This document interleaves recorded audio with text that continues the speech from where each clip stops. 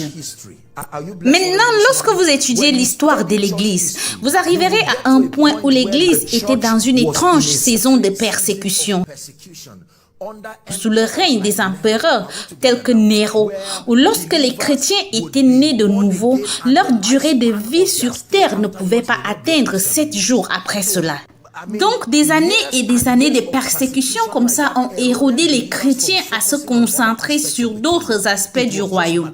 C'était juste leur foi en Christ, parce que si vous étiez né de nouveau, immédiatement vous seriez un objet de persécution.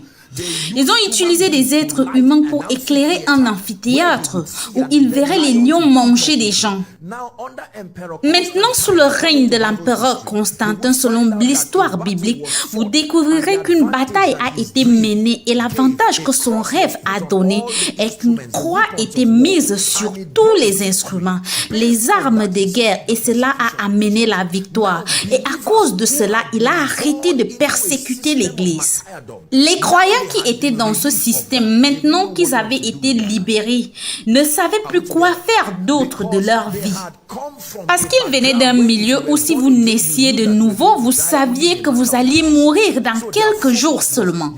Donc leur attention était focalisée sur le salut et en mourant, ils savaient qu'ils allaient au ciel et que leur famille allait les rejoindre plus tard. Maintenant, un empereur leur dit, écoutez, je vous laisse aller pratiquer votre foi sans entrave. Et ces croyants ne savaient pas quoi faire d'autre dans leur vie parce qu'il leur restait à peine 30 à 40 ans de plus à vivre. Alors, quelques-uns d'entre eux ont dit, pourquoi restons-nous ici et mourons? Nos enfants meurent. Et puis, quelques-uns sont allés commencer à interagir avec le monde dans les affaires. Et puis, ils ont été persécutés. Ils ont été persécutés par les insensés. Ils ont dit non, non, non. Nos parents ne nous ont pas appris à interagir avec le monde. Maintenant, la conséquence de ce déséquilibre, c'est quand cette erreur de ressentiment envers cette arme qui avait été donnée. Lorsqu'on vous demande quels sont les outils pour l'avancement du royaume, ne mentionnez pas l'onction seulement.